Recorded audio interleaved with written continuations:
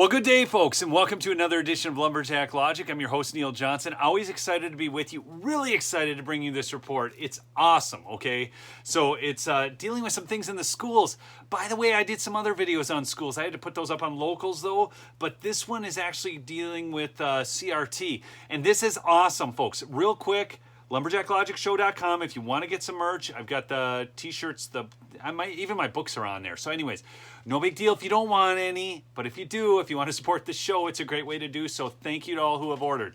Okay, folks, follow the other links below too, okay? Seriously, I busted out content on this school stuff today, and it's awesome. And I posted it on Telegram, Odyssey, Locals, and Rumble even. I don't even like Rumble. All right. Anyways, here we go.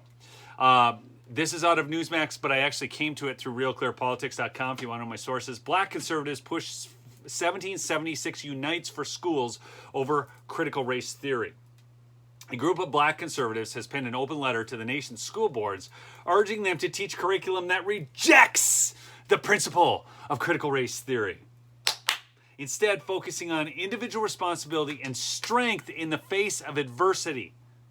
The 1776 Unites curricula are part of the Woodson Center, a black conservative group founded by Robert L. Woodson, who signed the letter along with about 20 other black intellectuals, including Chicago Tribune columnist Clarence Page and Carol Swain, a retired Vanderbilt University professor and frequent talk show guest. And folks, you thought nobody good came out of the university or the Chicago Tribune, but here we are. Okay, check it out. This is awesome. The prevailing narrative of racial grievance has been corrupting the instruction of American history and the humanities for many decades, but has accelerated dangerously over the past year. The letter says the most damaging effects of such instruction fall on lower income minority children who are implicitly told that they are helpless victims with no power or agency to shape their own futures. Folks, that is one of the most disempowering, most pathetic messages you can give anybody.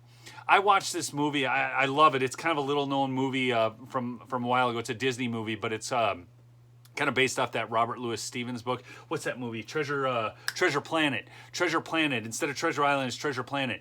And there's a scene in there where the young kid, Jimmy, and he looks back and everything's blowing up all around him. And there's a portal, and they say, he's like, I'm get this going. I'm gonna go back there and fix this. And they're like, but it opens into a blazing inferno. And he looks at him and he says, I know, but I'm gonna change that. And that line has always resonated with me because it's empowerment to know that you can change your situation, your circumstance. It's like the serenity prayer. God, grant me to accept the serenity to accept the things I can't, the courage to change the things I can, and the wisdom to know the difference, okay? You can change your station in life. This is America. Critics of critical race theory argue that it paints America as irredeemably racist from its founding and thus divides people along lines rather than seeking to bring people together or lifting minorities up. We ask that your schools instead adopt curricula that, rather than completely reject our founding values, instead embrace the ideas of family, faith, and entrepreneurship that have enabled all Americans, including Black Americans, throughout history to move from persecution to prosperity, and will continue to do so for generations to come, the letter says.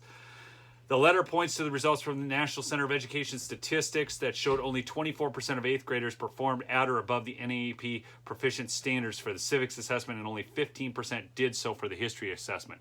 Folks, check this out. I'll link it below, and remember to subscribe. Thanks.